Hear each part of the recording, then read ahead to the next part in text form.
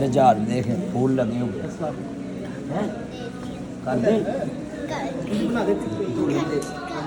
कर दो कहता कर दो दुल्हन कहाँ से लेकर कहीं से भी अच्छा गोरी लेनी कि काली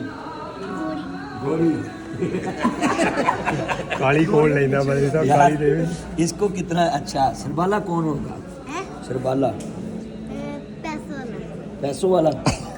अच्छा तो गाड़ी कौन सी होगी जिसमें दुल्हन बैठानी बस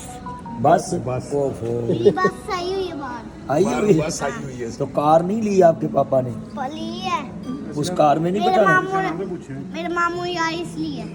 क्या ली यारिस जहर है सच तो आपका नाम क्या है अली अकबर अली अकबर मुकम्मल नाम पूरा नाम बताओ पूरा नाम अली क्या अकबर बस्सू वाला बसू वाला वाह वाह वाह मेरा चन मक्खन मलाई ते अपने ब्याह दे निकाह मेरे को पढ़ाई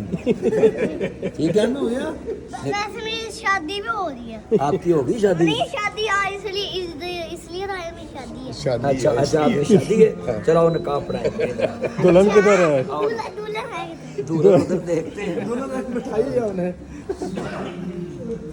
यार इतना चाची तेज बोतल ना भी ले ले चाची मेरी कोई बोतल ना ले दे क्या अपनी बोतल नहीं पी हुई वो कहता मेरी को बोतल ना ले जी अच्छा उसको अच्छा बोतल लेके